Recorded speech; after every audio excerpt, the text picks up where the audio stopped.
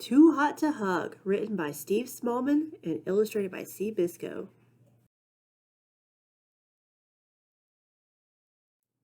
On the coldest day of a cold, cold winter, Ryan was high in the mountains searching for firewood. His fingers were blue, his nose was purple, and he still hadn't found a single stick. Then through the swirling snow he saw a cave. It looks warm in there, he thought. Maybe there's a fire. So he went inside. There wasn't a fire, just a big golden egg, and it was hot, hot water bottle hot. Ryan picked the egg up and felt its warmth spread from his nose to his toes. Ah, he sighed. Then he thought of his poor mom and dad and their freezing cottage. He put the egg in his basket and hurried home. Look what I found, said Ryan. What is it? Asked Mom. Warm, said Dad, and he smiled for the first time that week. But just then,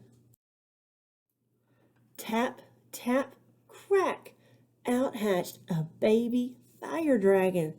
Wow, said Ryan. Oh, said Mom. No, no, no, cried Dad. No dragons.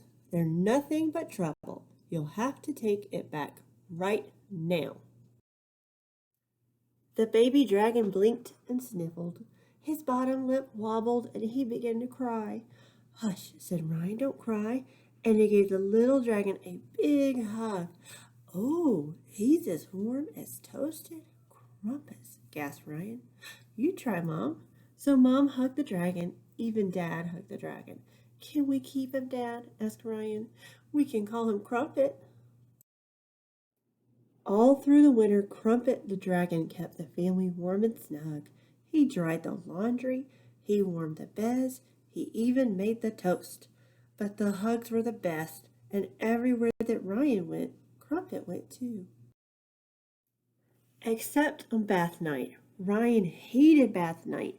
The water was always cold, and Mom made him wash behind his ears where his favorite dirt was.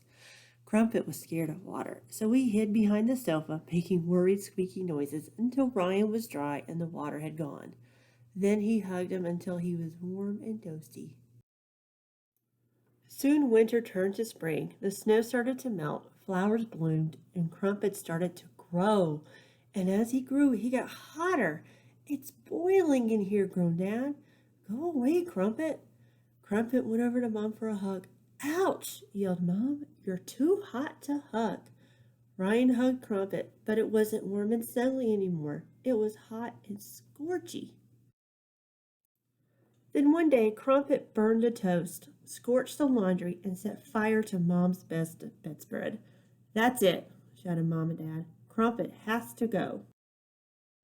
Early the next morning, Ryan and Crumpet set off up the mountain. By now, Crumpet was so hot that his feet left little scorchy footprints in the grass.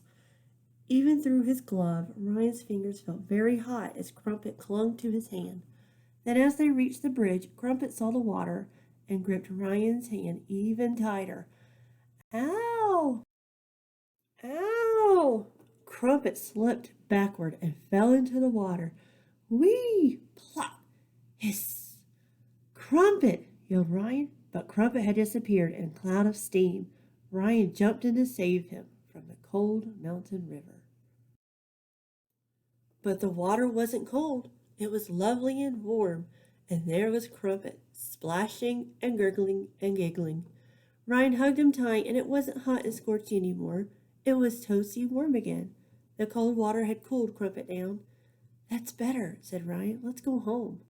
And from that day on, Crumpet the dragon lived happily with Ryan and his family. And now whenever Crumpet gets too hot to hug, he has a great big bubble bath.